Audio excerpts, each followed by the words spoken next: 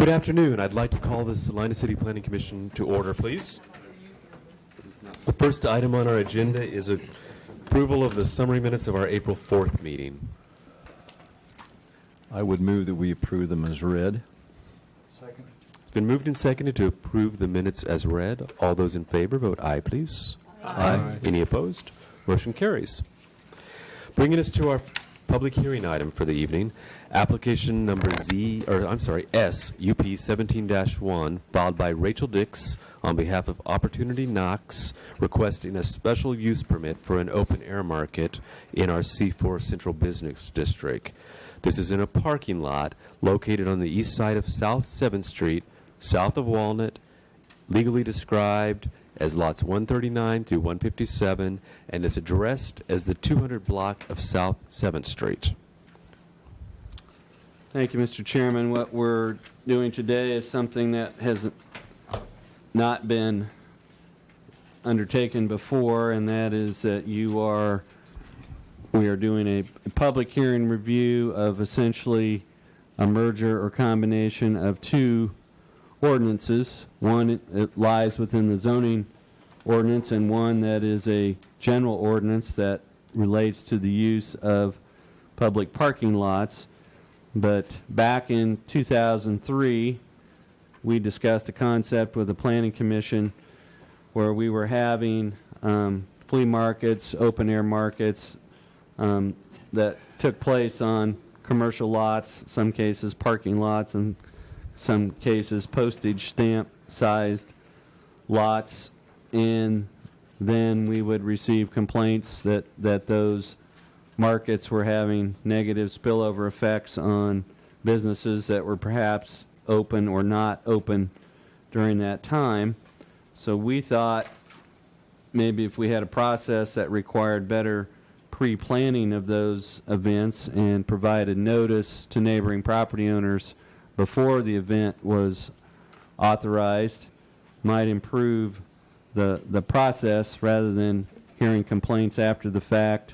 Property owners could have input up front as to how that event was conducted or if it was conducted at all. So you authorized us to initiate a text amendment. You conducted public hearings on that. The City Commission eventually adopted an ordinance in July of 2003, and since 2004, open-air outdoor markets have been reviewed and approved by the Planning Commission before they operate at a particular location. So the Stutzman's Seasonal Garden Center that's at Cloud and 9th Street, that was reviewed by the Planning Commission, their plan, that location, at a public hearing, and you voted to authorize that. There is a Caw Valley Garden Center, catty corner across the street. You approved that. There's a farmer's market in front of Waters True Value Hardware on Saturdays. You reviewed that location and approved that. And so the way that works is that you review the initial location, the initial plan at a public hearing, and it's allowed to operate, and as long as it operates in the same fashion, subject to the same limitations that you establish, they can renew those each year. So instead of having a public hearing on Stutzman's Market every year, we renew that administratively each year, subject to the guidelines that you established. This case involves the use of that open-air zoning provisions with a additional ordinance that was adopted only in the early part of this year, and we had lack of clear guidance and direction as to the City Commission's thoughts on the use of public parking lots downtown for festivals, events, open-air markets, things of those nature. And so the city does have a special event permit review that involves multiple departments, but it was never quite clear who could actually give or not or deny permission to use a public parking lot downtown.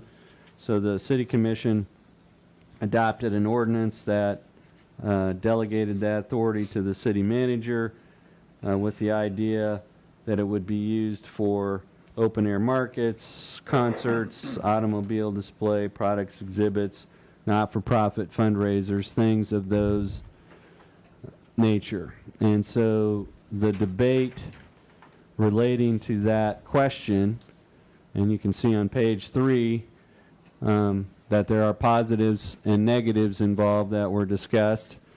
There are some in the downtown business community that think that having events generates more overall traffic, adds vitality to the downtown, brings more commerce to the downtown area.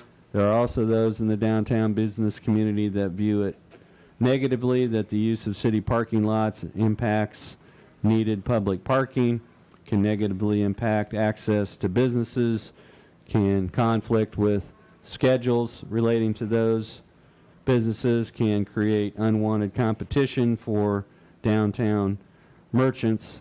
So all those things were balanced in. And so what John has on the map there is that these are all the city-owned parking lots that are located in the downtown area. And for lack of addressing and more creativity, basically they are labeled S1 or 71, 72, 51, 52, 53 based on the street that they are located on. And so the location in question today's hearing is, if you hear us refer to parking lot 7-6, it is this parking lot right here, which is located southeast corner of 7th and Walnut. And so what was determined was that the most successful approach was to have people who wanted to have downtown special events partner with Salina Downtown Inc. to coordinate those, to communicate with downtown businesses. There was discussion of fees, and so the recommended approach was to require an application of the ordinance for all downtown special events that might be located on city-owned parking lots and plazas. To be allowed, it must attract visitors, promote downtown commerce, provide additional entertainment options, promote tourism, and promote non-peak utilization of parking lots. And so John, do you have the slide with the preferred parking lots? So this is difficult to read, but there are parking lots here, here, and over here that are outlined in blue. It might be a little clearer in your packet, but those were identified as the preferred lots. So the process that was supposed to be utilized was that a person or organization wishing to have a downtown special event that used a city parking lot first needed to show that a private parking lot was not a suitable venue for their event. And then if that's shown, they would also need to demonstrate that these lots here that are identified as preferred parking lots for such events, why those were not a viable or feasible location. And if those were satisfied, then the event could be considered in a lot other than those preferred lots. So this particular application went through that process. The city manager essentially granted contingent approval for the application to occur on this lot. And so the city managers approved an application to be filed for an event to occur on this lot, and we have sent notice to property owners within 250 feet of this lot. Additionally, Salina Downtown Inc. has contacted business owners in the vicinity to obtain their feedback, And we've got some correspondence in your packet and at your places there that was received in response to that. So the particular request is that Opportunity Knox has filed an application for approval of a special use permit. That is the same type of use permit that you've allowed for Stutzman's or for some of the farmers markets, for an open-air market to be conducted in a public parking lot at the southeast corner of 7th and Walnut. There are 3 scheduled event dates that are before you. One is Saturday, April 29th, one is Saturday, July 29th, and one is October 14th. The event is designed to provide an open-air venue to allow artisans, craftsmen, and collectors to display and sell their wares in an outdoor festival-like setting. All the events would take place on a Saturday and run from approximately 9 a.m. to 4 p.m. And they believe that the downtown area is the best location for their market. There's only a limited number of privately owned lots in the downtown area. The one they have selected is the largest public parking lot in the downtown area. It contains about 60,000 square feet, which is over an acre of space. We may be off by 1 or 2, but there's 146 parking stalls within this lot. This is the plan that they have submitted. You have previously reviewed plans for a flea market in the Phoenix parking lot, which is no more on North 5th Street, and also the farmers market that is currently at Water's True Value used to be held at the northwest corner of 7th and Iron across from the Smoky Hill Museum. That was a private parking lot. This is the first application that the Planning Commission has considered that involves the use of a public parking lot. And your role today is not to decide whether you think it's a good idea to use public parking lots for this purpose. Your role is to determine whether this particular parking lot is a suitable location for an open-air market and whether you think the market can be conducted without creating any negative spillover effects on neighboring properties.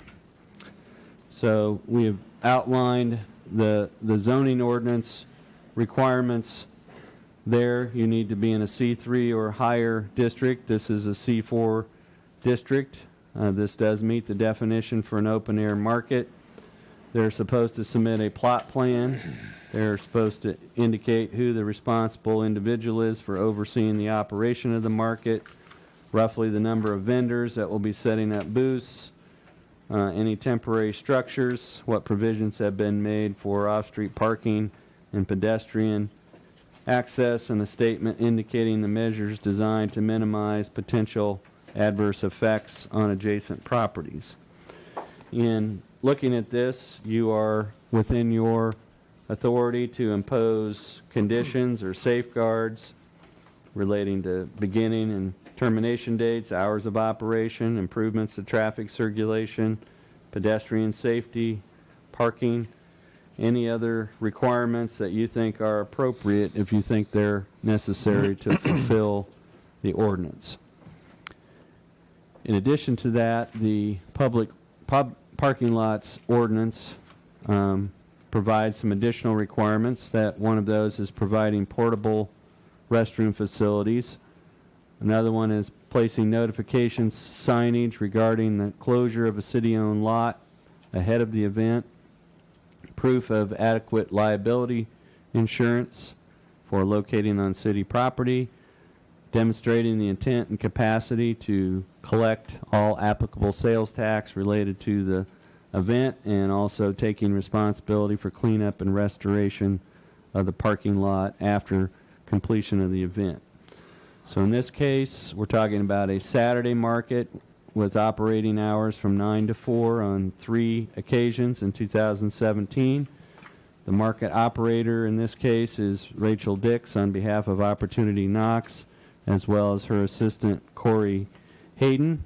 As far as the operating plan, the plan is to completely enclose the 60,000 square foot parking lot with fencing, charge a $3 admission fee at the gate, A sales area with space for up to 140 vendors would occupy the majority of the lot. The remaining area would have a stage, which would primarily consist of a trailer for live music, a food truck area, and a holding area. And so the plan is to locate the vendor booths and parking stalls and leave the driving aisles open for pedestrian circulation. The main customer gate would be located on Walnut. And so this is the plan that was submitted. For your bearings, this is 7th Street. This is the bus stop location, kind of a hub for City Go here. This is Walnut on this side. This is the parking lot. These are the buildings facing Santa Fe. You can't see Spillman Plaza, which connects through here. But as you can see, the plan is to essentially fence off and utilize the entire parking lot. One of the things, if you occupy a parking lot, we look at is how is that parking lot used? Who does it serve? This lot is used by customers of Martinelli's. It's also used by Stiefel Theater attendees, and it's also used by the businesses that are located on the west side of Santa Fe, south of Walnut. As we've noted in your packet, several of these businesses are opposed to Blue Barn Doors' exclusive use of the parking lot, believing that it deprives their customers and clients from having rear access to their building on Saturdays. So you see that in your correspondence. The applicant believes that there's adequate parking available both on and off street within a 2 to 3 block radius. There are public parking lots north on 7th Street on either side of the street. There's parking east of Santa Fe, south of Walnut, and of course there's some on-street parking available along 7th Street, along Walnut Street, and the head-in parking on Santa Fe. Our primary concern as a staff is the concerns we've heard about maintaining some form of rear access to the buildings that face here along Santa Fe. This is an accounting office here. We have mixed-use businesses there. We have the Salina Art Center located in that area. The other concern that has been expressed was by drivers of City Go buses, and there's a concern that vendors may have pickups, trailers, things like that. If they line this curb line here with those vehicles, then there's not space available for the City Go buses and their unloading zone, because this is kind of a hub for their routes, and so it's not unusual to have multiple City Go buses there at any given time. So we wanted to let you know that this event did occur last July, so there was a bit of a test case in that regard. Myself, as zoning administrator, was involved in the review of a special event permit that we reviewed and approved administratively by staff. There was little advanced public notice, certainly not a public hearing process like this. It was subsequently determined that this should have been treated as an open-air market subject to Planning Commission public hearing. And so that's what we're doing this year to rectify that oversight. And some business owners took exception to the fencing off the entire parking area. OCCK expressed concern about the inability of their drivers to access the public restroom there because it was fenced off. There was also concern about bus stacking spots being taken away along 7th Street. And so this may or may not be the first of several subsequent applications. It may become a test case for you, but one, if it does, and certainly will be for staff as these are reviewed, is one important policy question is not whether lots should be allowed to be used, but whether they should be allowed to be used exclusively In other words, should an entire parking lot be turned over for an event, or should some parking capacity still be retained? So one of the questions for you to entertain today is, should some use of parking lots be allowed, or should full exclusive use of parking lots be allowed? And so this parking lot extends 500 feet south of Walnut Street. By our count, it abuts about 8 commercial buildings and Spillman Plaza on the east. It only has the one driveway access point here on Walnut. It has 2 access points on 7th Street. And under the applicant's plan, the entire area would be fenced off and set aside for vendor spaces, a stage, food truck area.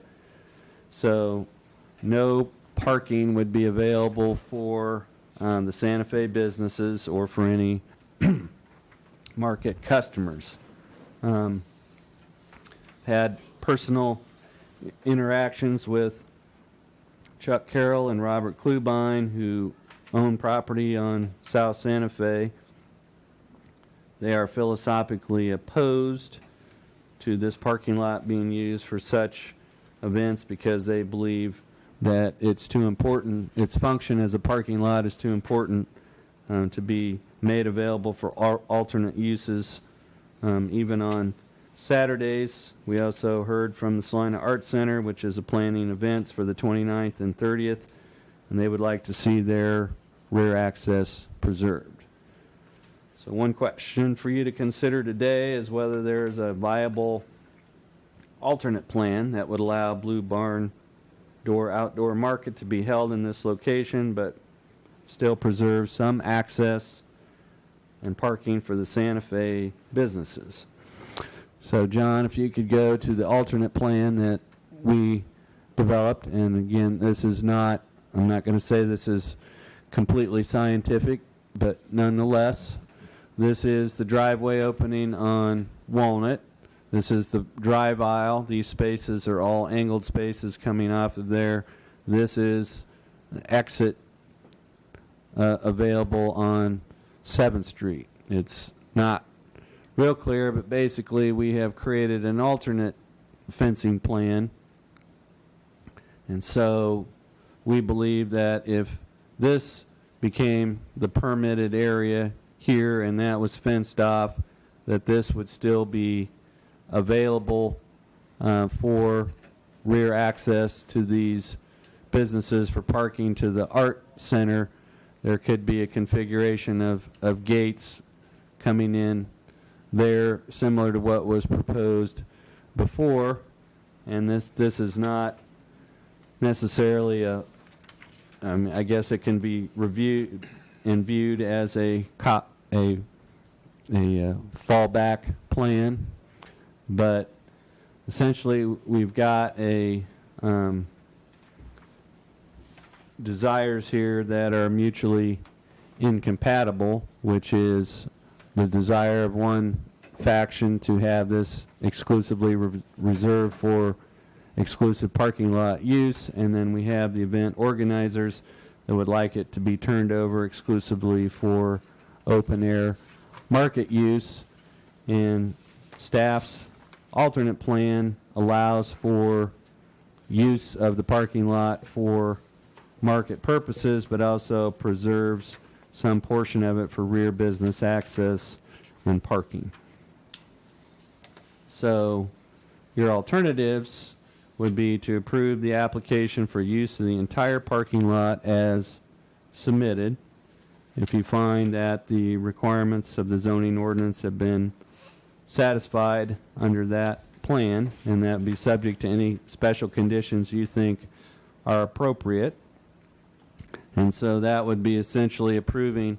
This plan is to say the full 60,000 square foot parking lot area is dedicated to an open air market on those dates. You could approve a permit application for less than the entire parking lot, subject to whatever conditions you think are appropriate. You could postpone consideration if you believe that additional information is needed to reach a decision. You could deny the application if you think the required findings cannot be made, or if you think this location and plan would be incompatible with neighboring property owners. So there are things that the zoning ordinance requires you to look at, and there are things which the parking lot use ordinance require you to look at. And so what we're going to remind you of is that you need to consider the dates and hours of operation and whether those would be compatible with adjacent uses. Again, this is not a Monday through Friday event. It's a Saturday day event. You need to look at the amount of noise generated by the market activity and its surroundings and whether you think that will disrupt activities on adjacent properties. Have they satisfied you that utilities and sanitation facilities are available or will be provided? Are you convinced that adequate provision has been made to remove trash and litter? Do you think that off-street parking can support the market either on-site or off-site without causing undue disruption or interference with the flow of traffic on adjacent streets or impinge on the rights of surrounding property owners? And then you need to look at whether this market would adversely impact needed public parking capacity. You need to consider whether the plan would significantly impair access to downtown businesses, whether it would unfairly disadvantage competing permanent businesses, or whether it would substantially conflict with the interests of downtown residents. So one thing also to consider in the downtown area is that SDI issues parking permits for those residents who reside in lofts, because many of our parking lots have time limits on parking, but if you're a resident, you sometimes need to have 24-hour parking for your vehicle. So one thing to consider is if you allow the 100% exclusive use of a parking lot for an event, that could mean that a loft resident would be deprived of the use of their parking space if the event organizers so desire. So that's what that means when it refers to conflicting with the interests of downtown residents. So if you wish to approve this application, we've got some suggested conditions there. And if you approve it, it would be valid for those 3 dates during this year, and then could be renewed administratively through a special event permit in years to come, provided it doesn't change in scope and provided it remains in compliance with your conditions of approval. So we have identified 8 possible conditions of approval. One that we're recommending is that the area be limited to the area west of the main north-south driving aisle, and that the easternmost row remain accessible. That may or not be acceptable or palatable, but that is our recommendation to try to balance the interests of the permanent business owners and building owners with the ability to conduct the event in this particular location. Should you deny the special event permit, then you would need to give your reasons for that, and any denial that you would make may be appealed to the city commission. And so that would be the outcome. Should you deny this application, the applicant would still have the ability to appeal that to the city commission. But at this point, this is a public hearing to review this and consider potential impacts it might have on adjacent properties and businesses. Thank you, Mr. Andrew. The way that this will be handled is we will ask questions, and then we will hear from the applicant and ask questions in response, and then the public. So first of all, I'll ask if commissioners have questions for Mr. Andrew. Please. Do we have any information on how physically full that lot is during the operating hours on Saturday? I do not. It's going to depend on the hour of the day, and it's also going to depend on what events might be occurring at the Stiefel Theater, because on weekends the primary use of this lot, except for the spaces right behind the Santa Fe businesses, is for the customers who might be attending Martinelli's, and also it is heavily used by people attending events at the Stiefel Theater. So a typical Saturday with no Stiefel Theater event is going to be different than a Saturday that has an afternoon Stiefel Theater event or a early evening Stiefel Theater event. It seems to me the number of events there in the afternoon is slim, is that right? I would say on a Saturday it's pretty seldom that something occurs on a Saturday afternoon. It's more rare than common, but certainly Saturday evening would be a prime time for Stiefel Theater events. That is correct. But some of it would depend on how quickly the site was torn down and removed after 4 o'clock. Mr. Baksha? You had mentioned negative impact to the residents of downtown. Do we know how many loft residents we have in that particular block that would be On this particular potentially- block of South Santa Fe on the west side, I don't believe there are any Okay. existing loft residents. I'll turn around and look to John to confirm that, but I'm not aware of any lofts in this particular block. There is a DVAC at the corner of Walnut and Santa Fe on the southeast, and that's the only residence I'm aware of that occupy that block after business hours. That's across the street on the east side, Okay. but these, All right. we are not aware of any loft residents in this block of buildings. Thank No. you. That's my question, too. I would note, by the way, just looking at the schedule, that the Gin Blossoms will appear April 29th. I need to look at the rest of the schedule, but those will be evening performances for the Stiefel. And Scotty McCreary, thank you. The day before. Okay, but anyway, there will be something on the 29th. But this calls at least for the lot to be cleared by 6 p.m. Whether that's realistic or not, it's another matter. Right.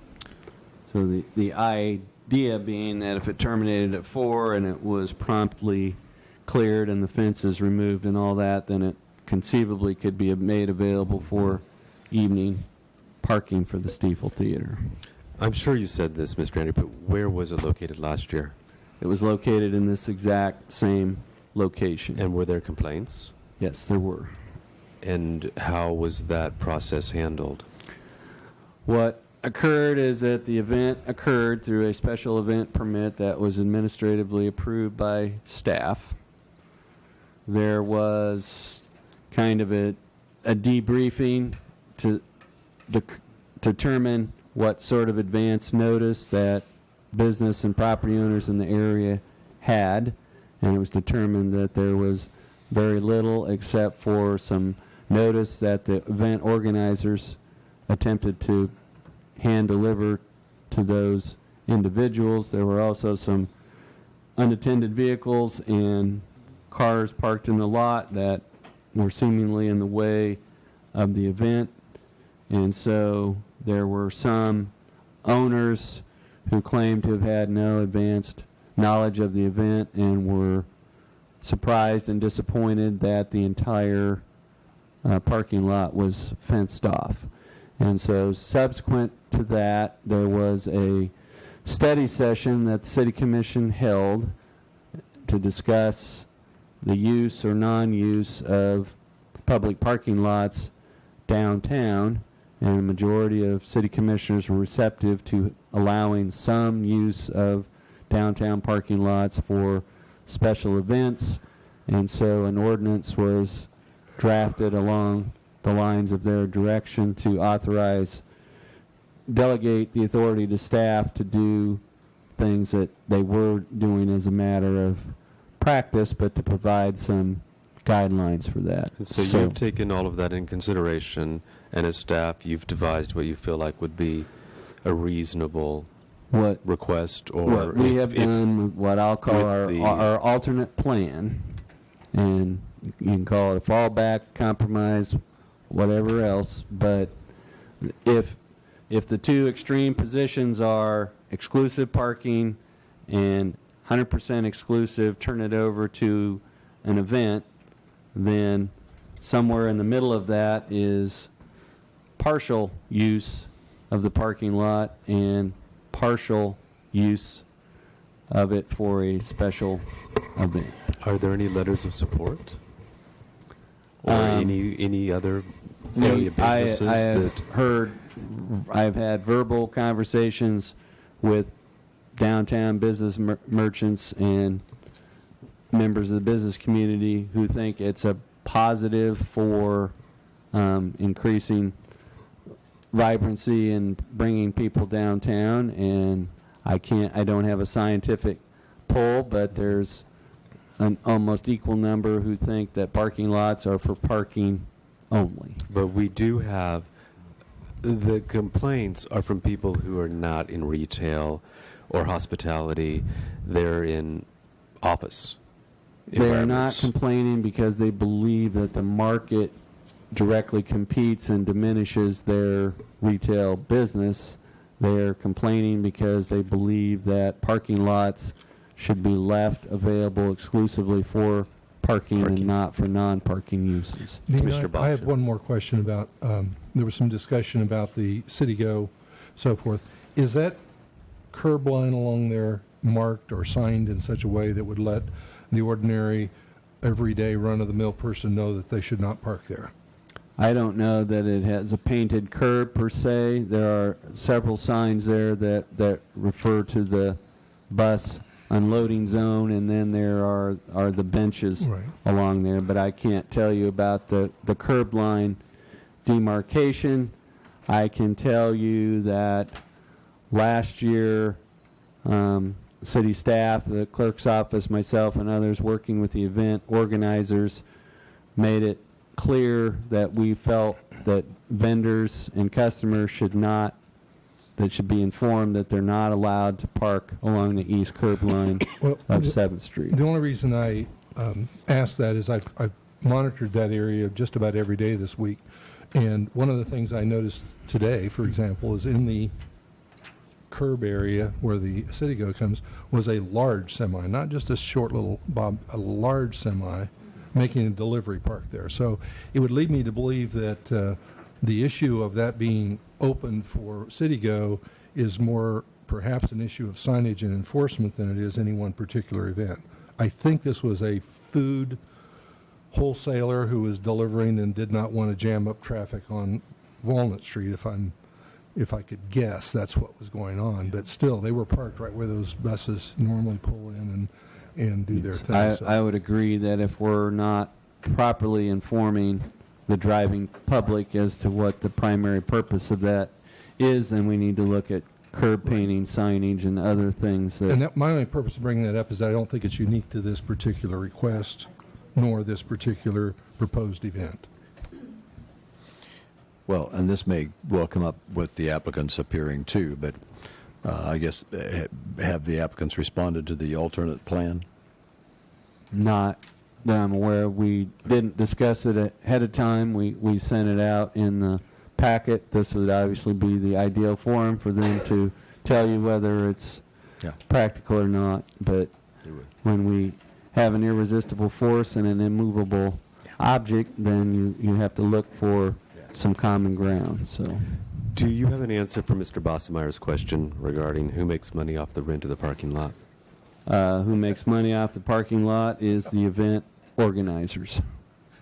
If you are charging a $3 gate fee to get in, we do not, because we do not wish to jeopardize our tax exempt status for our parking lots, then we can't be renting them out to people for a revenue generating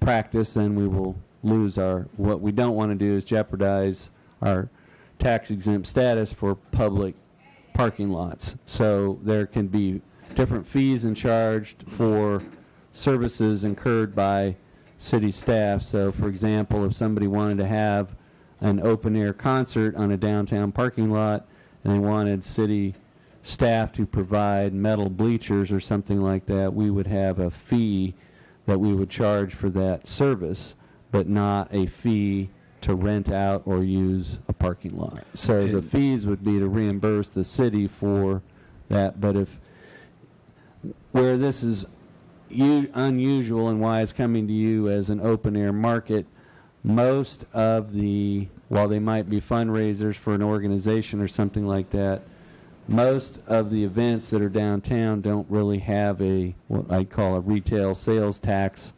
component to them, where this is a retail open-air market, and so that's different than a food festival or somebody that has live music in a parking lot.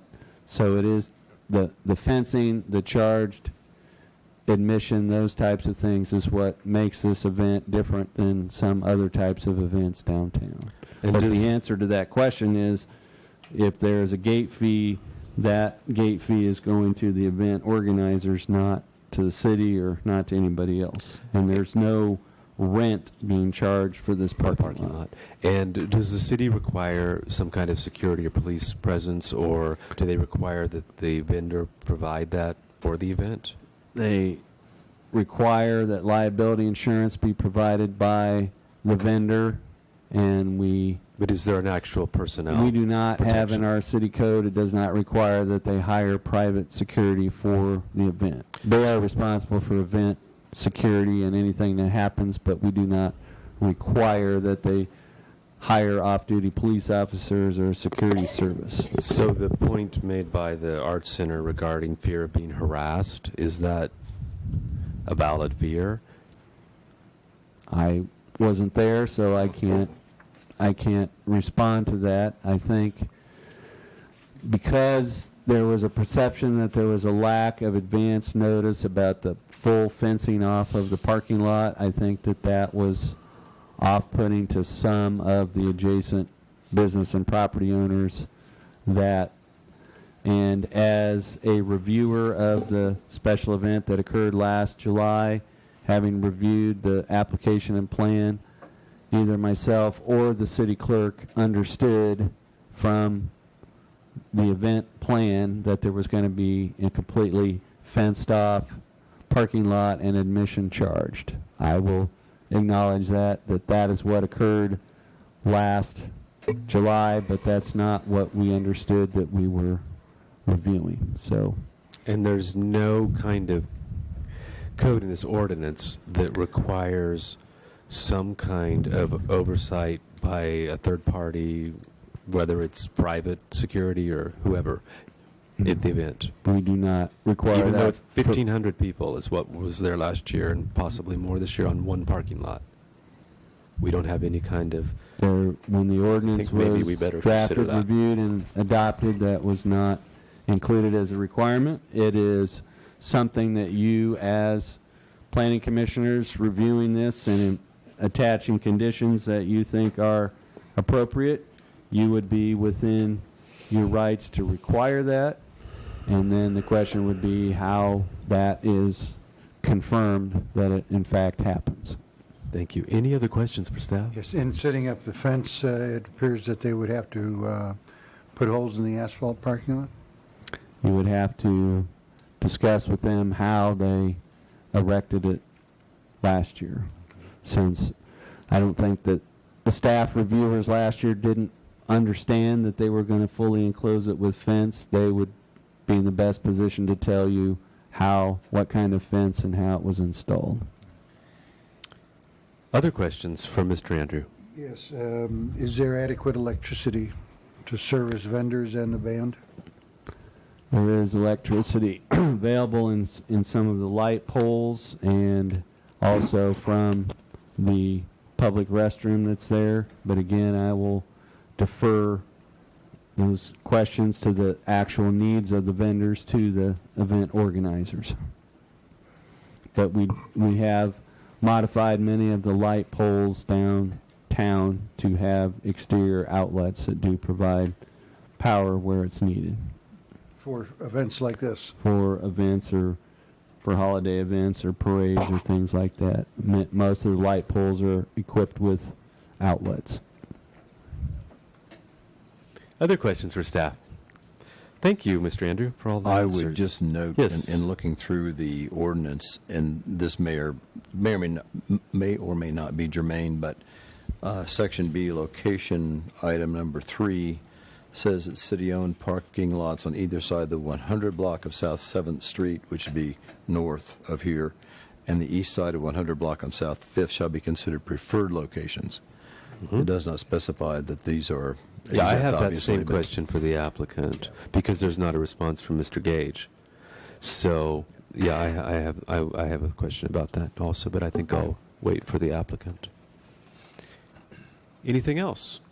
If not, Ms. Dix, are you speaking as applicant? If you'll approach, please. And I need your names and addresses.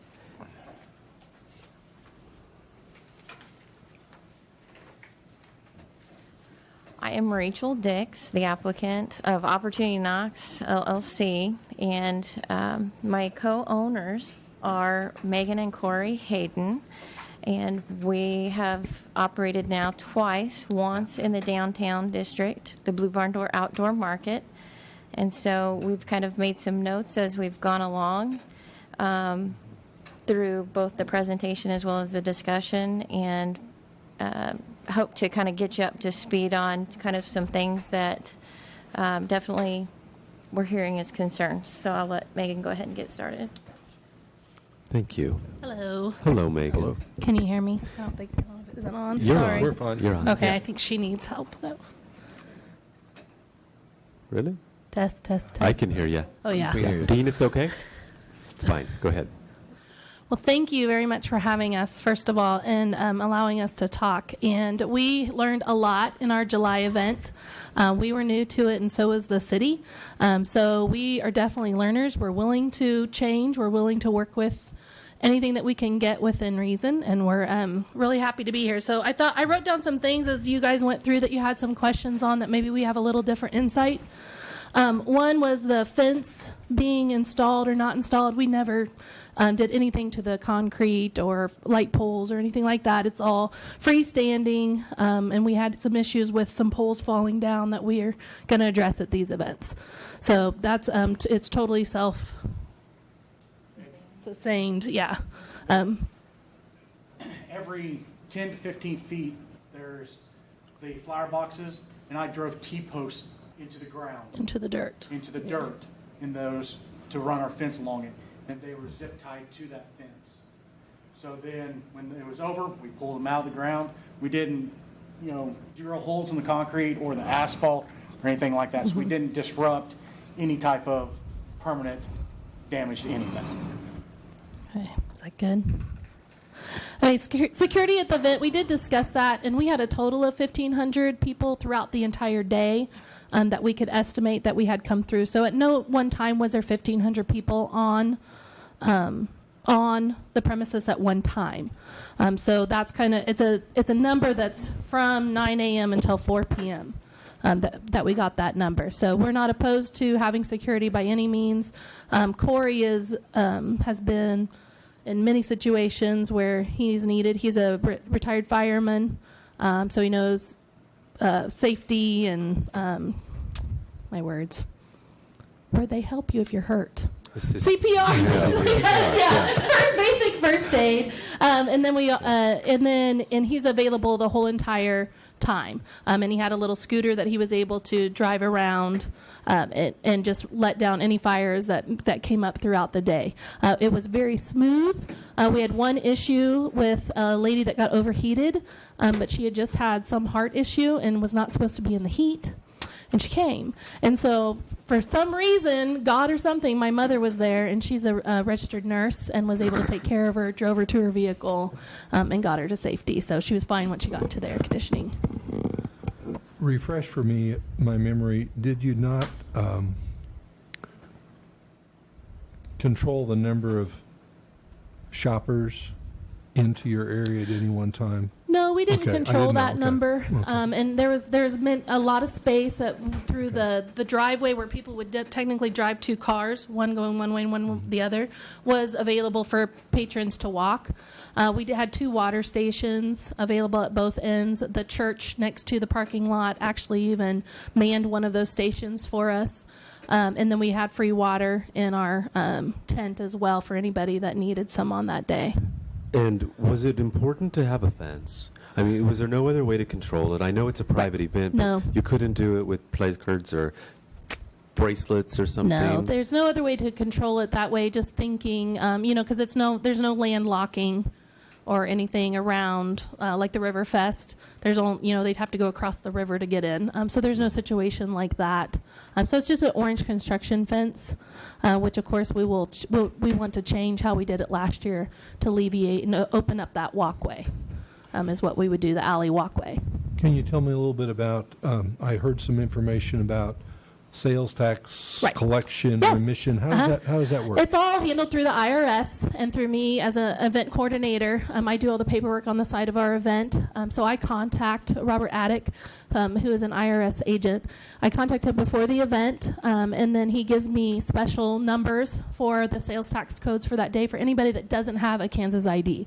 So as Corey and I in our business, we have a Kansas ID, we'll use that. Anybody that doesn't will use a special event number that he gives to us. And then at the end of the event, I give him a list of all of the people that attended and any IDs that I have, addresses, phone numbers, give them all of their information, and then he follows up on whether or not they pay the sales tax or not. So it's not handled from us. We're not I always tell them, and he's great. He actually came to the first event, walked around, asked if anybody had any questions about filing, and was very friendly. We have a really good relationship with him. So if I understand correctly, your main revenue is the $3 entrance fee? It's a $3 entrance fee, and then also we do charge our vendors to be there, and that's not all our revenue. It costs a lot to put on: insurance, porta potties, staff, the advertising. I've learned a lot, and it's very expensive to put on. So we put a lot of it back into it. We provide tables by the food trucks. Several different things that we've done: the musical entertainment, renting the speakers, and just having everything for our little event go on. The fence is a large expense. So a lot of those fees all go to that, to putting it on, and to advertising.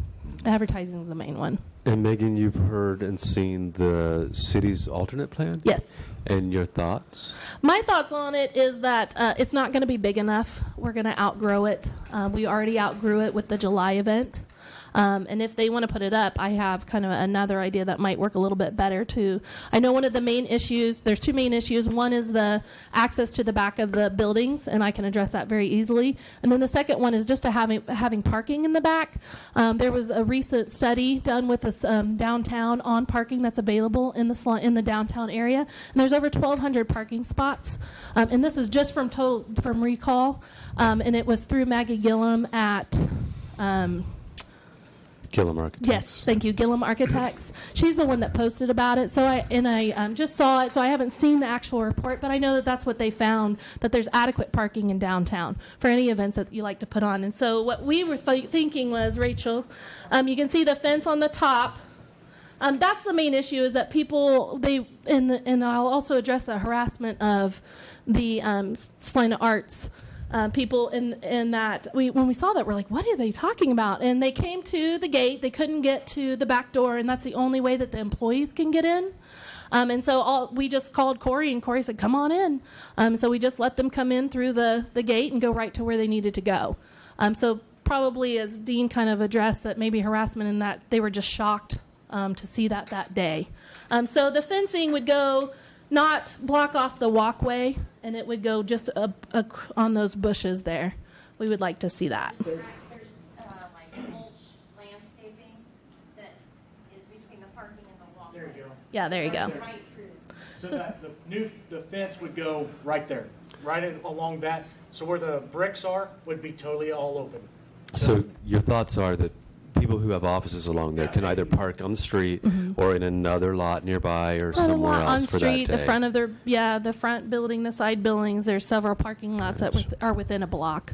it wouldn't be right behind their business, but we're talking about 3 days out of the year. And you On a wrote this Saturday. letter to Jason Gage, the city Yes. manager, and you make a request, or actually you say you've scouted preferred parking lots. Yes. So the application then was for this specific site? Yes. So here's 3 preferred parking Mm-hmm. lots.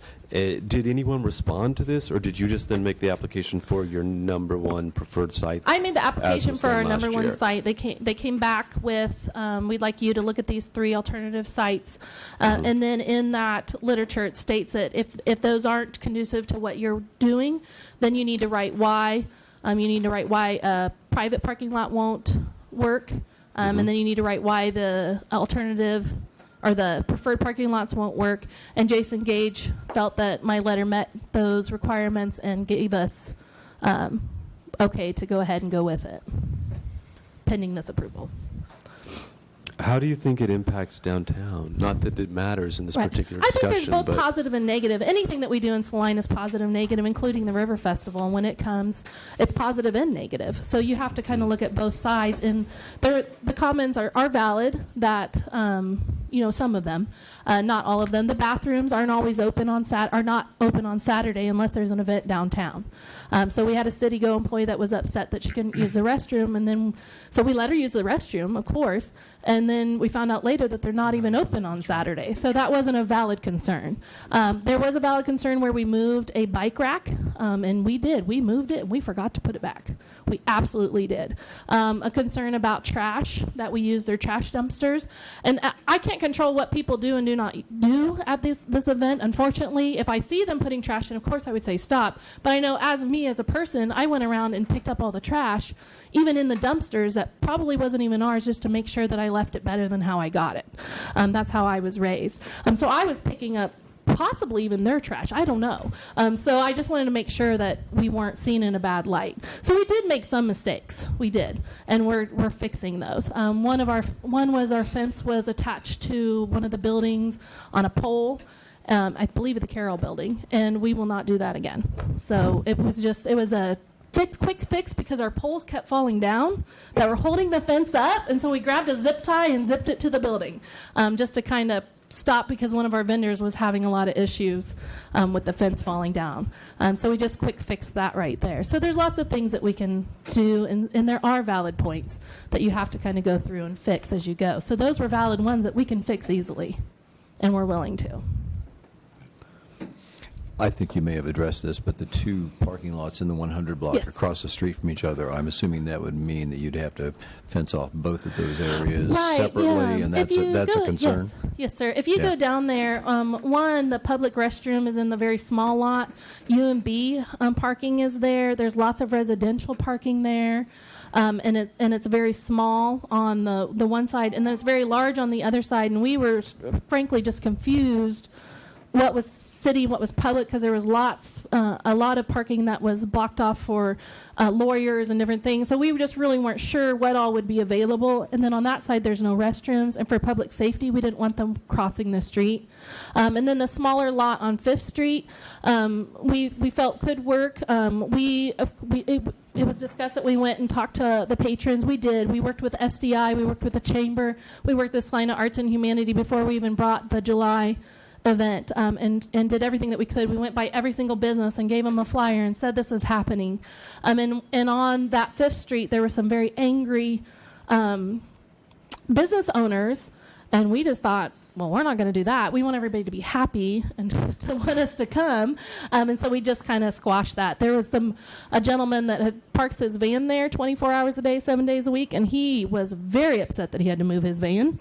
And so that just really wasn't worth going through that again and upsetting people. There's several people that could you live there. approach the mic, And please? there's a lot more loft living in that area. There's, like she just said, there's several people that do live in those lots, so we'd be disrupting them out of where they're supposed to park to live. So, them are some of the things that we had to address. Yeah. And that's how we've come up with where we want to have this at. First of all, it's big enough, and the other lots aren't.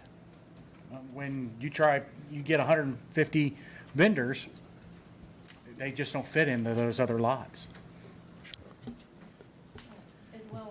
Rachel, would you please speak into the mic? That's okay. As well with the parking and the, what we have proposed in the lot on Walnut and 7th Street, while it's less likely for tenancy to be parking there, for residential tenants to be parking over there with permits, that is a restricted Monday through Friday parking lot. The SDI does not issue parking permits for commercial vehicles to be parked there unlimitedly. And so that is something, to think about and consider that doesn't really have anything to do with the market or the parking. That's a parking concern that perhaps another department does need to address. That we found in trying to secure the lot to prepare it for the market. These are commercial vehicles that are being parked indefinitely in these lots, as well as dilapidated vehicles. And I know that the city has really stepped up and has been trying to work on that, as well as empty trailers being left in these lots. So the other side on 5th Street, those two lots are divided by an apartment building. That's what the building is in between there. And so you have loft living also on the opposite side over like where the hair studio, the school is at. There's a lot of loft living on that side that we just don't even think about. And how long does setup and takedown take, actually? The setup starts around 5 a.m. And goes until it's probably about anywhere from 30 minutes to 2 hours after the event. And we did change the hours event from 9 to 3. So we'll hopefully, and I would say probably about 5 p.m. there might be 1 or 2 people still packing up. And then clean up from your end of it. A cleanup from our end is actually pretty good. We in July we had to actually clean the lot before we could even let our vendors in with lots of glass and trash and things. So we left it a lot better than what we found it. Yeah, you have in your material that you have it cleared by 6, but Oh, that yes, sir. allows Yes. that allows extra time. You're thinking 5 is reasonable to have it. 5 p.m. It's pretty, like I said, there'll be probably 1 or 2 vendors that are still packing up that are a little bit slower, and sometimes, like I noticed last time they sat down and took a little rest here and there in between packing up, but the majority of them are out pretty quick. It's pretty fascinating to watch. The Stiefel Theater that same night had an event for the KKOA. We were out of there by 5 o'clock. Their event didn't start till well after 6. We were out of there, so the vendors were completely gone. Mm-hmm. We were the last to leave. It's a very quick process. In fact, one of our reasons for trying to go ahead and get all of the dates for this year, what you don't have with you that we have shared with the city manager is we had more than 40 letters of support from the community, the downtown specific community, the museum, Jane Gates at the Stiefel Theater. If we had the dates, there's a possibility that we could create a downtown draw and not just keep someone here for a daytime activity, but as well then with advanced projections she can draw in acts and we can complement each other as we did last year with the KKOA, knowing well in advance that it was happening. So it's kind of that's not just why we're trying to get this and long-range plan it, is so that we can get all of these entities on the bandwagon. So as this develops, it pulls in every community resource that can build and advance. But with the Stiefel Theater, they're definitely on board. And Martinelli's, being right there, being one of the retail places open, they also own Unami Bowl. They were a part of our event. As well, Martinelli's catered all of our lunches. So we're trying to do that cross-promotion with businesses downtown to not just bring people to our event, but for them to scatter out and explore. And the event is the resale of used and... It is. We have a Goods. variety. Our biggest pull is that we wanted to bring kind of arts and crafts to the Salina area. So it's kind of like at the Riverfest, the small craft show. It has a specific name. I can't think of it right now, but it's kind of like that area there. And then we do have some direct sales that we come in, very few. Does anyone else have questions for the applicant? There was a little confusion about the bathrooms. Are those open for the event? They are open for the event, and we specifically, sorry to cut you off, but yes, they're open for the event. We specifically worked with the city to get the person to come down and open them specifically because they are not regularly open on Saturday. But you provide You said porta potties also. Yes, absolutely. We have the bathrooms, which I believe running water is very important at these events. True. So, yeah, it's kind of one of my things. So I really enjoy having the bathrooms, and we cleaned the bathrooms inside with Clorox bleach and everything and really got them shining really good. And then we did have porta potties as well. There was no line at any time at the bathrooms. Thanks. Other questions for the applicant? Thank you very much. Anything else you'd like to say? Hold on just a second. Go ahead. Do you have any questions regarding the proposed modification from the city of Salina? Because we would prefer to have basically control, for lack of a better word, of the whole lot for the event. Okay, hold on just a sec. I think Commissioner Bava has a question. Okay. Did you have a question? I forgot. Did you forget? I'm so sorry. Does it have to do with the proposed change? Yes. Have you considered operating in a city park? We looked at it when we were first starting this, and we want it downtown. That's the whole reason we're fighting, is to have it downtown. I mean, I don't know how else to put it that way. And when we started this idea, it was during the big downtown revitalization and everything that's going on in Salina.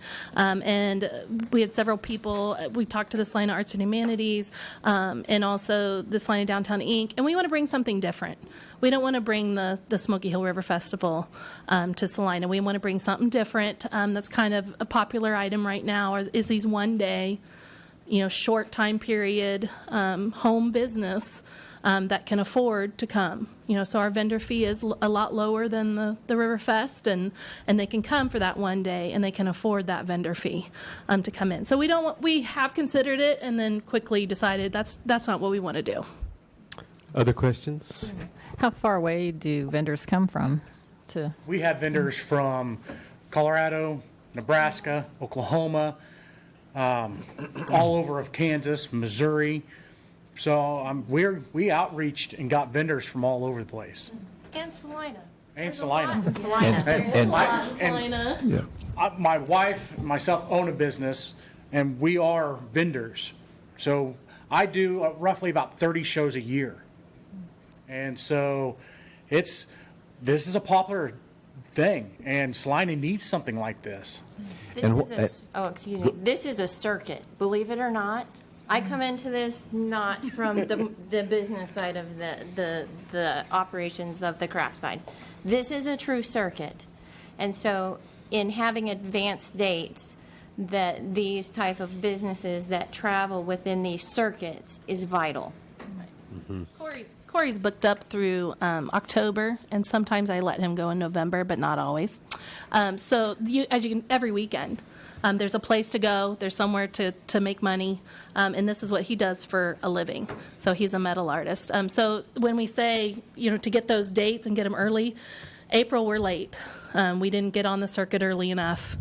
We don't have as many vendors as we would hope.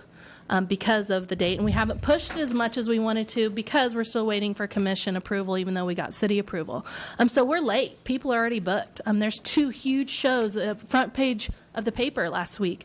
The one in Abilene, or over the weekend, was the one in Abilene, the Ritz and Ruts and the Vintage Camper. So if you start looking, they're everywhere every single weekend, and people are moving and trying to do what they can do for their families. So that's why when we say we need to book October now, we do, because people are putting it on their calendars. I got a lady yesterday that said, well, I can't do these first 2 because I'm already booked, but I can do August and October. So that's why it's important. So part of my follow-up question, Megan and Corey and Rachel, is what percentage then of the vendors last year and anticipated this year are specifically arts and crafts vendors? In our July show last year, almost 100% of them was. Okay. We had half of one vendor that sold zebra, and we said you have to have half be arts and crafts. So we had half of one vendor last year that was all arts and crafts. I have one more question. You are aware that there is an event at the Arts Center for their cinema on April 28th and 29th. Yes. So if the plan isn't altered, as staff has suggested, do you have an idea for more alteration or a medium alteration or something that allows them more space or access? We'll modifying the fence will alleviate, they'll still have walking. They'll create a traffic channel, as right. well, through channel. Right. As far as parking, it's going to be the same issue. The Stiefel has an event that night as well. I don't know, American Idol guy is going to be there. So there's other activities that are going on that night and that daytime event. Really, the fence should take care of that. Now, as far as parking, there is further parking south. The traffic does slow down in the afternoon at an event in a parking lot. It gets hot. The sun's on it. You get sunburned. So they do slow down. There we go, popping up. And at the art cinema, they are, compared to the parking lot, they're the larger building like. Is it here? Yep. Or here? It is there. Yeah, one of those two, right So on the It's, corner. but it's also their main access for the most So part. Their I- main access is actually Santa Fe. Well, I know, but Glass. I use it all the time. Right. So I, That's the door I use. Yeah. I don't want to interrupt, but I believe there's a member of the public here who is from the Art Center. Right, I Comment, realize that, And we ought to Commissioner. give We'll that finish person a this chance to first, yeah. respond. Yeah, I think it's after us they get to respond.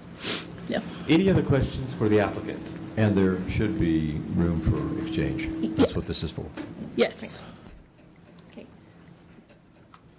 But I didn't get to address the modification. The problems I see with the modification are emergency vehicles. If we have someone who does have another emergency situation, while there is that lane for traffic to go through, I can guarantee you that the first 25 people that want to come to that market are going to park in there if it's not already filled illegally by commercial vehicles that don't hold a parking permit tag. It does not allow us to control the area for the safety and the reasonability to get an ambulance or the police department in there. As far as the security with that, the police department is not stopped from going into the Smoky Hill River Festival. We would not stop them from coming in there either. But we do need to control, that's the most plainest word I can think of. But if we eliminate that whole section right behind there, we have just now created a drive-by situation as well. It will inadequately, we'll have people that want to drive by, to drive through, to looky-loo before they decide if they're going to find a parking spot. Whoever's parked there is never going to get out of it. The last time in July, when it was a very well-publicized event, not only did our line off of Walnut come out, we had a line an hour and a half in advance of the gate opening, and it went around the corner past the Carroll Building, past all the way to where Key Office is located. That was just to get in. It took us longer than 45 minutes to get the line through, and we were flat moving with 4 lanes to come in. And it wasn't because we were charging $3 and putting bracelets on hands. It just takes time to get people in. It was very fun. I mean, it was fun. It was fun for the people in line. It was fun. Ad Astra came down, passed out some papers, out businesses just out recruiting shopping. It was fun. It was exciting. If we have that happen again, where is that line going to go? That line's going to go right in front of the City Go bus. Not very safe for the buses coming in and out of there either. I would like to implore to the City of Salina Police Department, it's a great day to write parking tickets. You know, they write a lot for the other events, the Smoky Hill River Festival, things like that. It's a great day for that. If people are going to park where they're not supposed to park. I cannot control what happens on the public street. I can control only the area of which that I'm in charge of. I also am worried that little children might get hit in that narrowed spot that they're allowed to drive through. There's a lot of people who come with families. We do not charge for 10 and under to come into the event. And so we have lots of families that come. If they're walking with their children, it's very easy for a 3-year-old to get away and be backed over by these cars in this parking. To me, it just is not sensible from the safety factor Well, to divide it that way. and how they have it divided, if hopefully you can still hear me. If you look, how it's divided. Right here, there's a concrete Median. median. So I don't know what we're supposed to do with this part. Now, I can't have vendors out there because now I've got people out in the driving aisle. Or tripping hazard, or, So there's, we got our people coming in this way, so now they're gonna be standing in the aisle where you drive. But how we've proposed to do it is to block it off, we've alleviated those problems. And we understand last year we had the fence mess up where we couldn't get the people down the alley walkway like they wanted to. This year we've got it taken care of. Other questions for the applicants? Thank you guys very much. Thank you. Thank you. And public, or anyone else that would like to speak, would you like to come up with your name and address, please, and speak into the microphone? Sorry. My name is Cassie Strite, and I own and operate Stick It with Strite Sandblasting, which is located at 116 East Iron. We had a downtown merchants meeting, 2 months ago? 2 months ago, and there were a lot of merchants that were concerned about the fact that this event was going to take parking and customers from our regular Saturday foot traffic. Corey and Rachel were fantastic and allowed SDI to have a table for any of the downtown merchants to put information, coupons, discounts, what have you, on it, so that they could promote downtown businesses that are there even after Blue Barn Outdoor Market is gone. I think that what they're trying to do is fantastic. I don't have all the answers. I'm not that big of a planner. That's your guys' job. There's got to be a way to keep them in Salina downtown. There has to be a way, because what they bring is unique. The foot traffic they bring are people from out of state that we don't get the opportunity to see.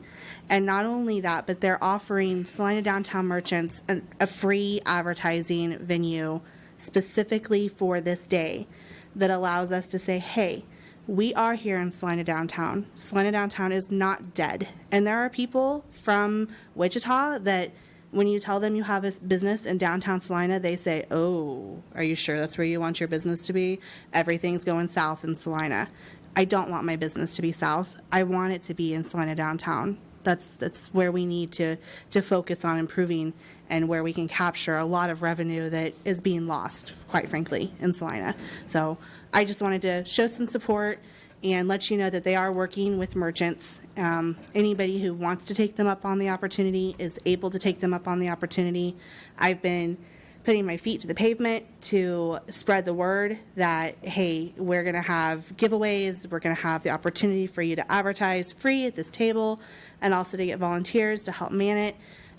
I have a bunch of stuff in my store. I have a tent in my store of people who are jumping on board with this, who are behind them and what they're doing, because it is going to be positive for us. And the only way that it would not be positive is if we refuse to work together. But that's not what they're about. They're about promoting Salina downtown, and that is a good thing for everybody involved. Thank you, Ms. Strait. Thank you. Anyone else? Good evening. My name is Heather Green. I'm the Director of Operations and Finance at the Salina Arts Center, 242 South Santa Fe. I first want to say I was out of town last July, but I know I left the day before. We had absolutely no notice. We had no idea this was happening. I got a call from the City of Salina Police Department at 1 in the morning to move our 2 vehicles. Obviously, that didn't happen. I don't know who took care of it. But so we had no knowledge whatsoever. And so that, put a really bad taste in our mouth. And then by the fact that our employees they felt very harassed as far as trying to get in their building. But that's the past. So at least, we know this is going to happen.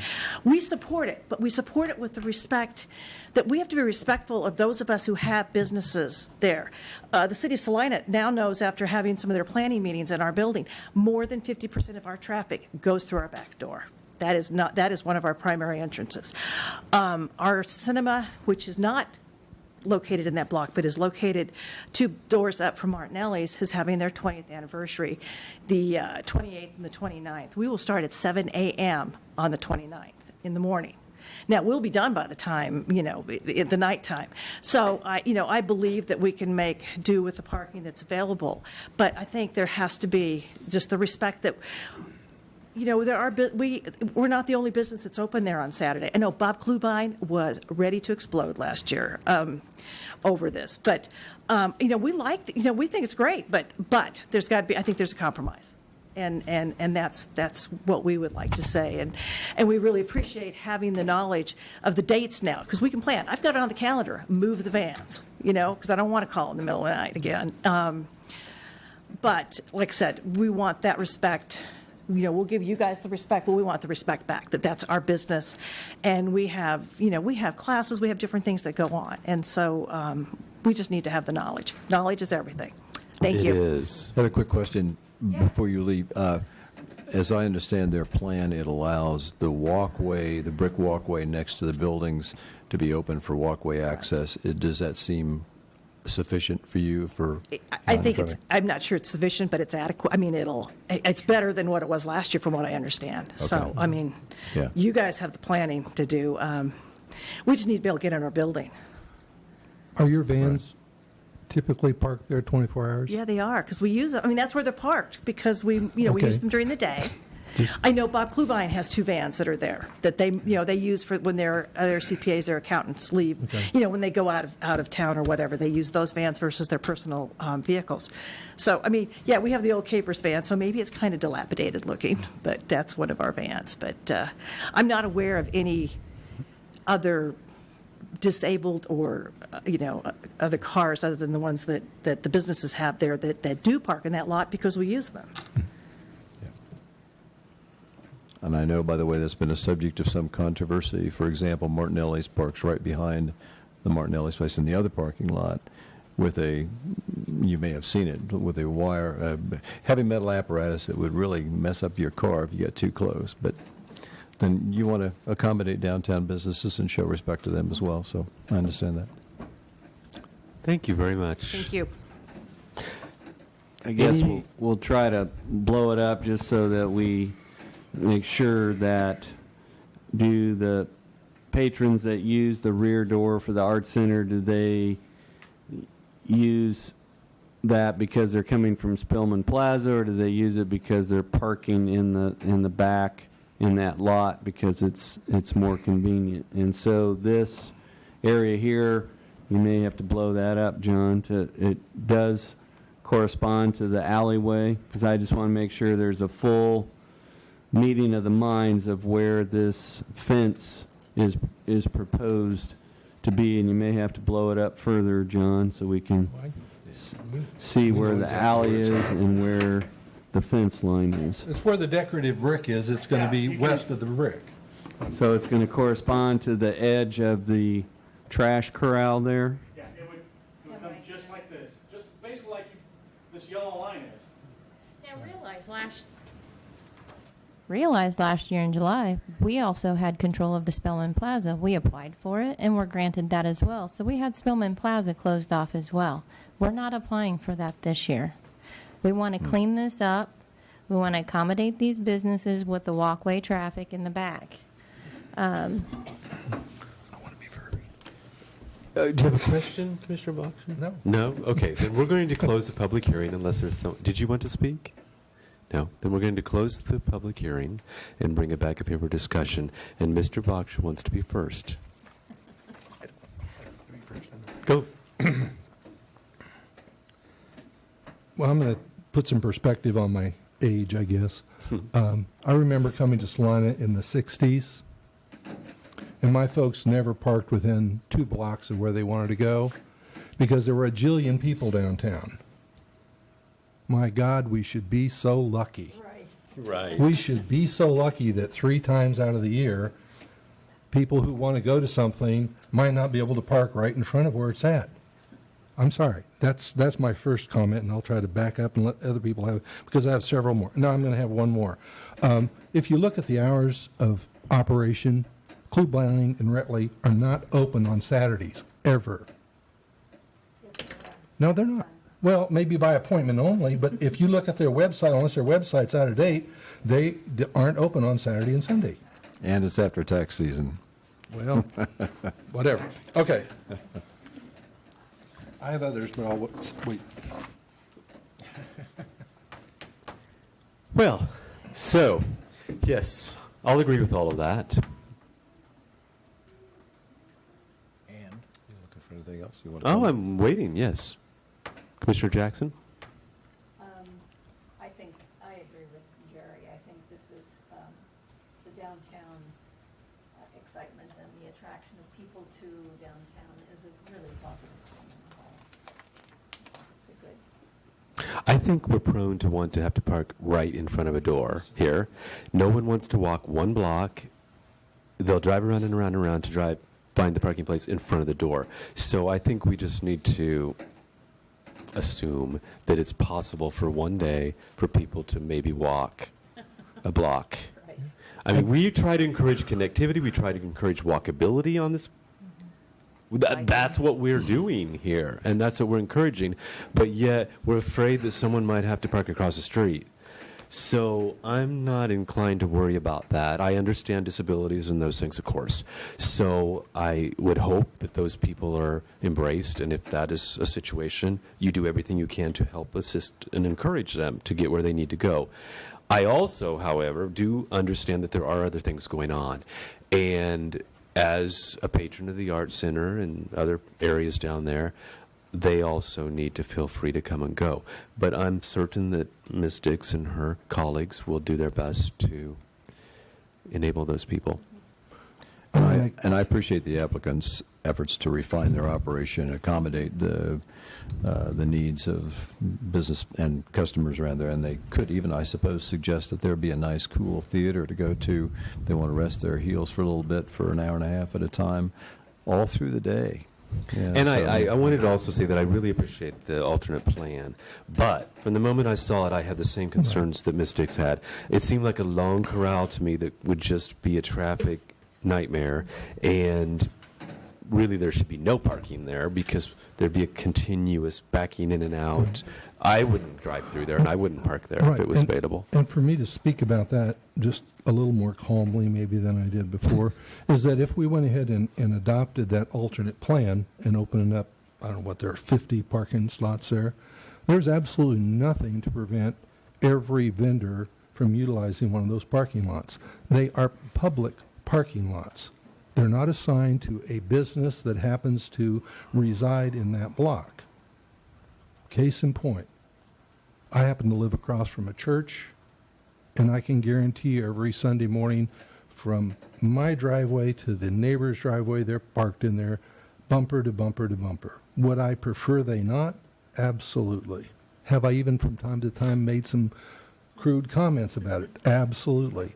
But the bottom line is that's a public parking area within the parameters of the law. And so, for us to do what is proposed as an alternative would just provide all the vendors an opportunity to park there first. It does not solve the problem.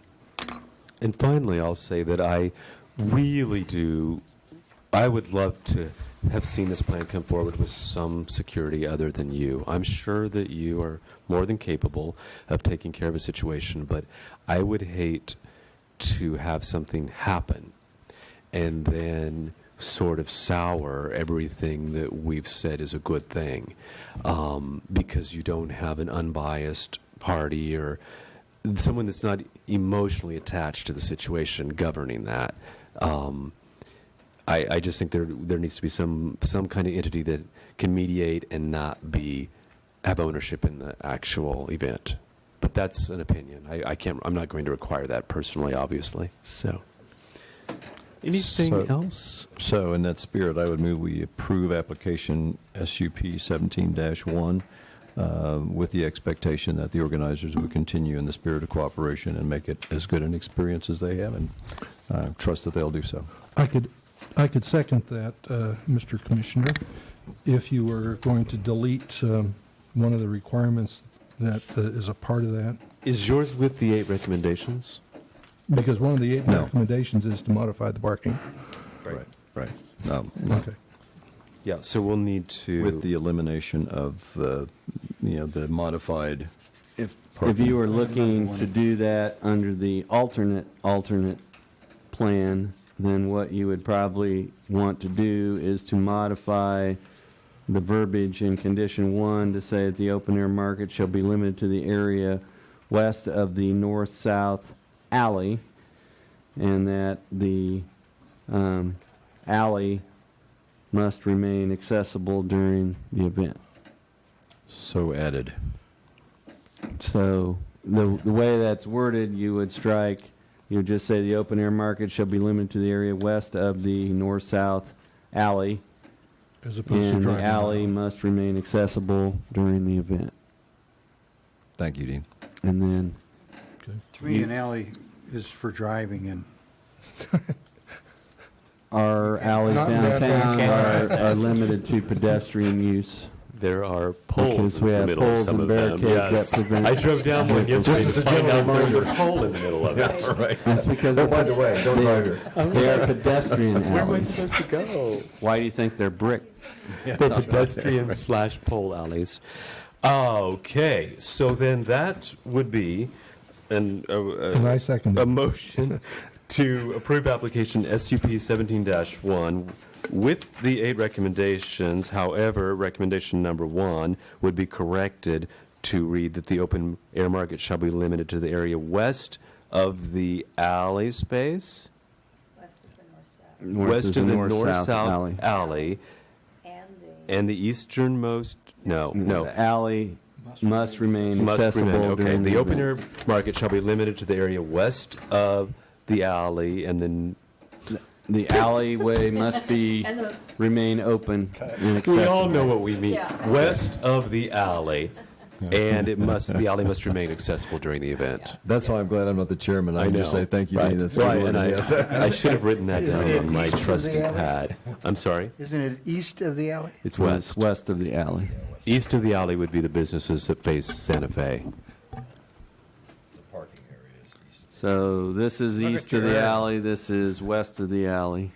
So the fence must remain west of the alley. Leaving clearance in the alley for pedestrian So walking. this must be left open as an accessible path. Right. I'm with you. My spouse always Everybody's says, how do you get east and west mixed in- up? How do you do that?" understands No, this? no. It's easy to do. Okay, then we shall vote. All those in favor, vote aye, please. Aye. Aye. Any opposed? Motion carries. Thank you all for being here tonight. I hope that this event is successful and that everyone works together well and that there's no issues or problems for us to talk about later. Yeah, thanks to organizers and public for being here. That's Yes, it helpful. takes a Yeah. lot of work on everyone's part. Well, as we learned with the flea markets and some of the other markets, it's a lot better to try to use this process to pre-plan events than to react to complaints after an event has taken place. So So being that's called out of bed at 1 a.m. That's our yep. That one for sure. Do we have any administrative business? we have no administrative business. Other matters? Other matters, we will meet on May 2nd.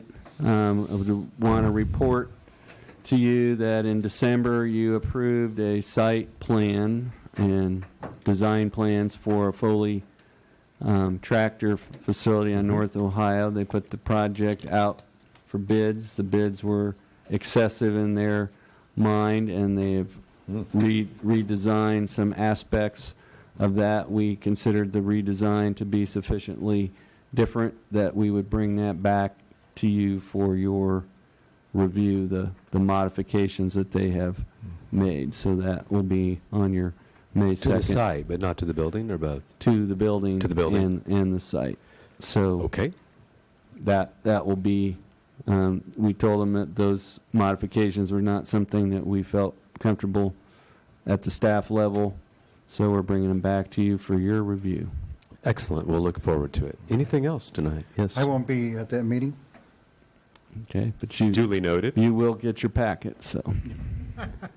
If not, we shall adjourn for the evening.